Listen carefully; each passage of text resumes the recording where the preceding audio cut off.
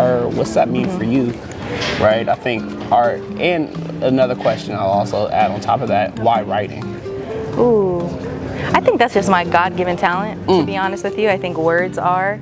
Speaking is how it started. My mom swears that I was saying sentences already at 6 months old, and I'm like, Mom, I know you're lying, but then when I see, I'm doing an archival project right now, and so when I see my childhood videos, you've seen some of them, but when I was 3 in that bathtub, articulating the way that I was, and so there's some wisdom in whatever story she's telling about me.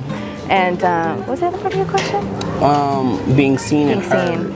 I think being seen is to be known, right? Okay. And to be understood, and to be someone to be inquisitive and curious about you, and like a constant rediscovery of who you are.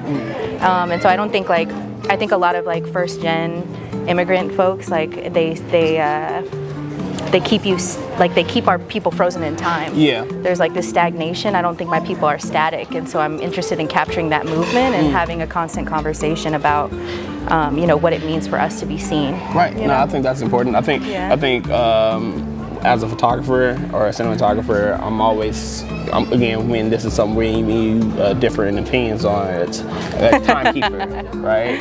And I think I think it's also kind of reminiscent of what you're saying, right? Because I don't reminisce. Like when I'm done taking something, I take it and it's done. I don't look back at it. I'll revisit it here and there, but not really. I'm not revisiting it with the idea or the perspective of, oh, damn, this is where I was at. It's like, no, I revisit it, I appreciate it, and I let it go.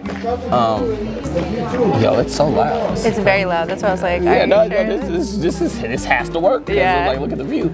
But I think being seen and being heard is really, really important. I also think it's interesting because you say that, and you say that in the writing form. And how do you get your work out in those ways, right? As a poet, like, what are your ways of making sure people see you and hear you in those ways? Because something's written, you know, they say the biggest secrets can be kept in a book. How do you get people to engage in your work? You know, I think I never had a plan for that, and that's actually something that I'm in discovery with now. I'm working with my friend's agency, I'll Thank Me Later, and so they're helping me to make sense of my brand as an artist, and like, what does it mean to actually have a plan of action? It kind of goes to what you were saying earlier about how artists are not necessarily disciplined to color inside the lines. Like, it's both a strength and something, you know, it's a double-edged sword, right?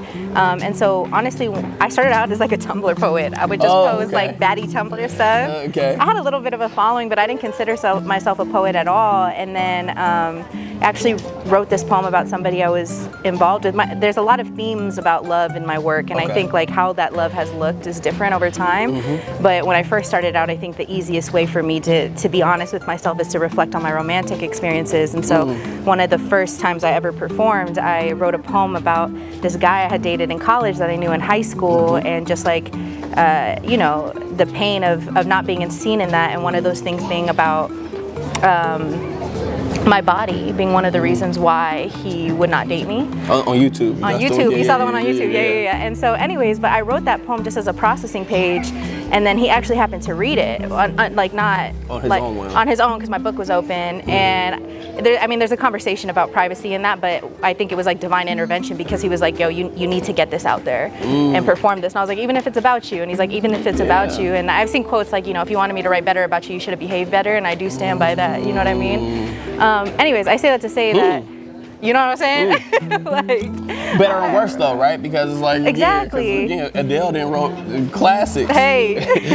Bro tried to get a check out of it. So yeah, no, but on the opposite side of that, you also, people write around love. Like Fitzgerald writes about love and stuff like that. Yeah. And that's a real thing for her. Yeah. Like that love is such a real potent thing. Right. And I don't know who she was singing about or who her muse was, but obviously they were important enough for the pen to hit the pad and the voice to be heard. Okay. Yeah, and so